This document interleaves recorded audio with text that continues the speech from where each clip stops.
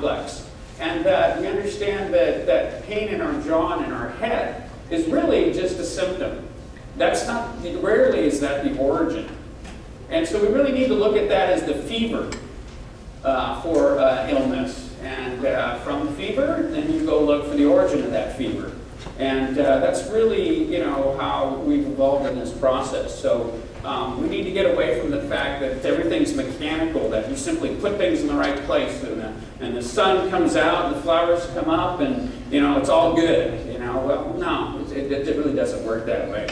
And these people aren't crazy. You know, it is complicated. And there are a number of factors that are involved in the process. Basically, all the things that stimulate your central nervous system, as we'll talk about.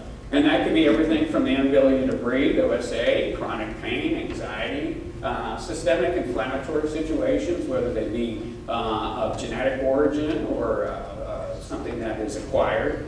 And then, of course, infectious situations. So you've got to have a system to triage all of these things because, honestly, it really isn't all that simple. And we can't forget about the fact that sometimes pain in your face means that you have bigger problems. This is an article Dr. Anna Geisberg and Jeff Okerson talk about the fact that 38% of cardiac ischemia has a craniofacial pain symptom. And so we have pains in the face, that can mean bigger problems, and we really need to understand that. Craniofacial pain is a dominating symptom in 13% of the time without chest pain. So just because it hurts here doesn't mean that's where the problem is. In fact, that very often is the case. And in my experience in treating chronic pain, that's what I share with other people. But one thing I'm sure of is that in chronic pain, wherever they're complaining about, that's not where the problem is. And so the system of trying to integrate all these things and the pioneers that put this organization together that we have the opportunity to share today was based on, breaking ground. We're going to have the pleasure of hearing some real pioneers this weekend.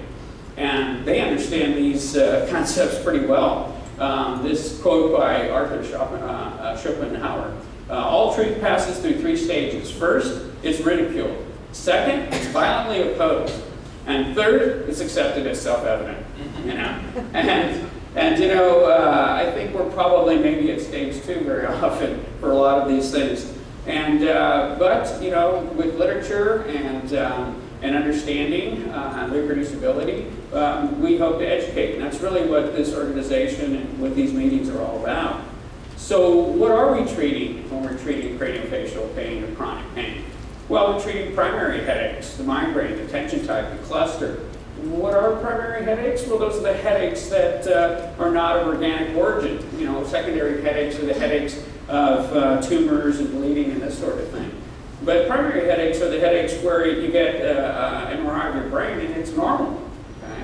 There isn't any pathology that's evident, and so therefore it's an inflammatory process, perhaps maybe musculoskeletal in origin. And of course we have inflammatory conditions, the osteoarthritis, the overworked joints, the rheumatoid arthritis, all inflammatory conditions. In fact, when you get down to it, pretty much everything that we're treating is based in inflammation. So the chronic fatigue, the irritable bowel, the fibromyalgia, these are all central nervous system breakdowns originated by inflammatory process. Results in this fight or flight response, or then lightening of our sleep, and then grinding our teeth. In Europe, they call that a microarousal. In US or North America, we call that an arousal. Okay? So he has this flowchart. This is from his book, and he says, he says the literature shows that there's a stress component. Literature shows that there's a dopamine or a neurotransmitter component.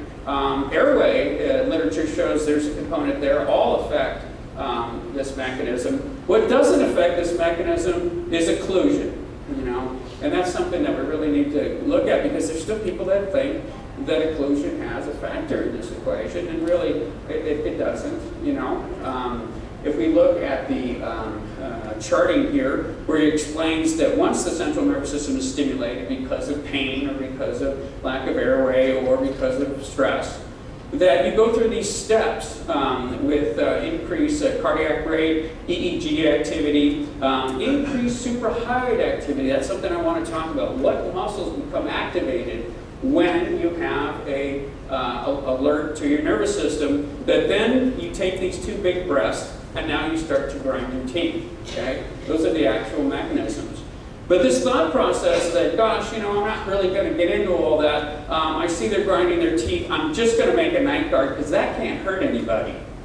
You know, that I think is, you know, so powerful, this piece of literature that he put together, telling us that, look, 4 out of 10 times, the apnea, if a patient has apnea and you make a night guard, that 4 out of 10 times, you're going to make the apnea 50% worse. So that thought process that, you know, we're just going to make a night guard and we're not going to hurt anybody, no, you might kill somebody, okay?